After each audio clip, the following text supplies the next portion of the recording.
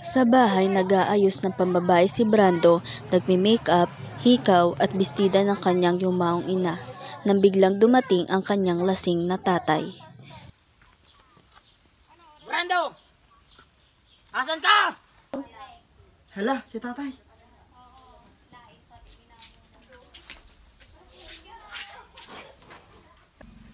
Asan ka, Brando?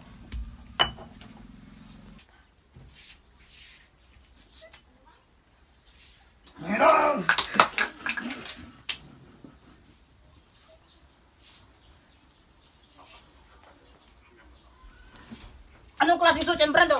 Anong klaseng suit yun? Pinag-uusapan ng mga kapitbahay nito ang mga pangbubugbog at pagmamulupit ng ama ni Brando.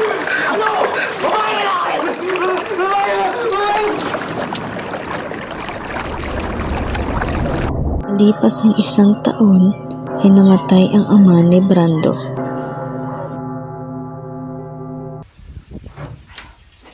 Hoy, Brando! Asan yung pera ko? Saan mo naman dinala yung pera ko?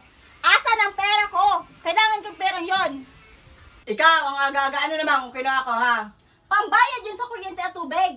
Puputulan na tayo sa Makalawa. Nasaan? Pinaghirapan ko yun sa paglalaba. Kailangan natin yun. Ano ba? Tignan mo anak mo, umiyak na. Palibhasa kasi, di mo ginagamit ang pagkababae at pagka-ina mo. Yan naman talaga ako sa bahay na to. Ako na nga yung gumagawa ng lahat. Ako na yung babae. Ako pa yung tumatay yung lalaki sa bahay na to. Palibhasa, ang napangasawa ko bakla! Ano yan? Ano ba? Bitiwan mo nga ako? Sige, saktan mo ko! Saktan mo ko!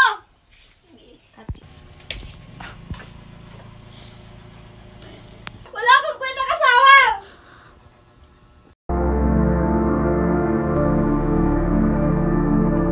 Ang dami mo pang sinasabi.